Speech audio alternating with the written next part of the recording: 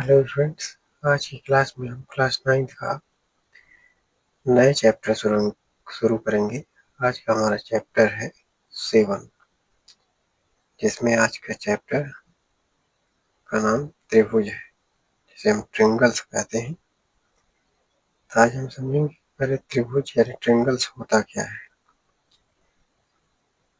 ट्रिंगल्स है, त्रिभुज का मतलब है 3 प्रतिच्छेदी रेखाओं द्वारा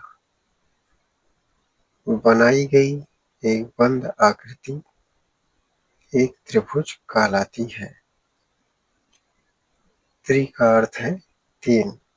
एक त्रिभुज की 3 भुजाएं, 3 कोण तथा 3 शीर्ष होते हैं। यहाँ हम चित्र से समझते हैं।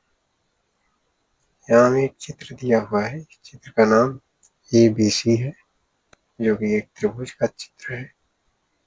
जैसा कि ये 3 भुजाओं से घिरा हुआ है। अब अगर हम आकृति में देखें तो आकृति में दिए गए त्रिभुज ABC। अब इस त्रिभुज ABC को हम इस तरह से प्रदर्शित कर सकते हैं, जिसमें त्रिभुज ABC से व्यक्त करते हैं। इसमें 3 भुजाएं हैं।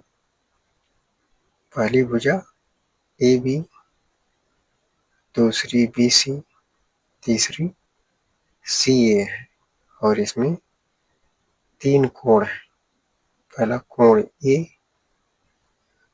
कोण B, कोण C। इसके 3 कोण है तथा A, B और C इसके 3 शीर्ष हैं। यानी कि A, B, C ये तीनों इसके शीर्ष हैं। त्रिभुज के तीनों कोणों का योग 180 अंश होता है। आगे हम समझते हैं त्रिभुज की सर्वांग समता। सर्वांग समता यानी कॉन्ग्रुएंस ऑफ ट्रायंगल्स, ये क्या होता है। तो इसमें हम देखेंगे तो परिभाषा है, 2 आकृतियां सर्वांगसम कहलाती हैं यदि वे समान आकृति तथा समान आकार की हों। अर्थात 2 आकृतियां एक दूसरे के संगत तथा आकार एवं आकृति में बराबर होती हैं। जैसे में हम कह सकते हैं समान त्रिज्या के 2 वृत्त और समान भुजाओं के वर्ग सर्वांगसम होते हैं। और इसे भी हम दैनिक जीवन में यदि हम अपने दोनों हाथ की हथेलियों को देखें तो ये दोनों भी सर्वांगसम है, क्योंकि जब हम हाथ जोड़ते हैं तो हमारा एक हाथ दूसरे हाथ को पूरी तरह से ढक लेता है।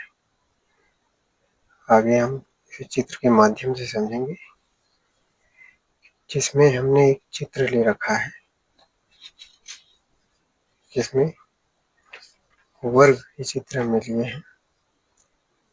यहाँ आप चित्र में देख सकते हैं कि चित्र ए में यहाँ 2 वर्ग हैं। दोनों वर्ग ABCD हैं। AB वर्ग ABCD है। अगर इन दोनों को हम ध्यान से देखें तो यहाँ AB के बराबर AB और BC के बराबर BC होगा और CD के बराबर CD और AD के बराबर AD। इससे ये सिद्ध होता है कि जो वर्ग ABC है, वर्ग ABCD है, ये सर्वांगसम है वर्ग ABCD के। अब यही हम दूसरे वाले चित्र में अगर देखें तो यहाँ भी 2 वर्ग लिए गए हैं, जो कि ABCD ही है। यह भी ABCD है। एक वर्ग यहाँ पर छोटा है, एक वर्ग बड़ा है। अगर हम यहाँ देखें तो इस वर्ग की जो AB भुजा है, इस वर्ग की AB भुजा के बराबर नहीं है। BC भुजा भी BC के बराबर नहीं है। इसकी कोई भुजा आपस में बराबर नहीं है। तो इस तरह से हम कह सकते हैं कि जो वर्ग ABCD है, वर्ग ABCD नॉट बराबर नहीं है वर्ग ABCD के। इस प्रकार से हम ये समझ सकते हैं कि जब दो आकृतियां एक दूसरे को पूरी तरह से ढक ले, एक दूसरे के बिल्कुल बराबर हो, वह सर्वांग सम होती हैं। और जब दो आकृतियां एक दूसरे के बिल्कुल बराबर न हो, एक दूसरे को पूरी तरह से ढक ना सके, तो वह सर्वांग सम नहीं होती हैं।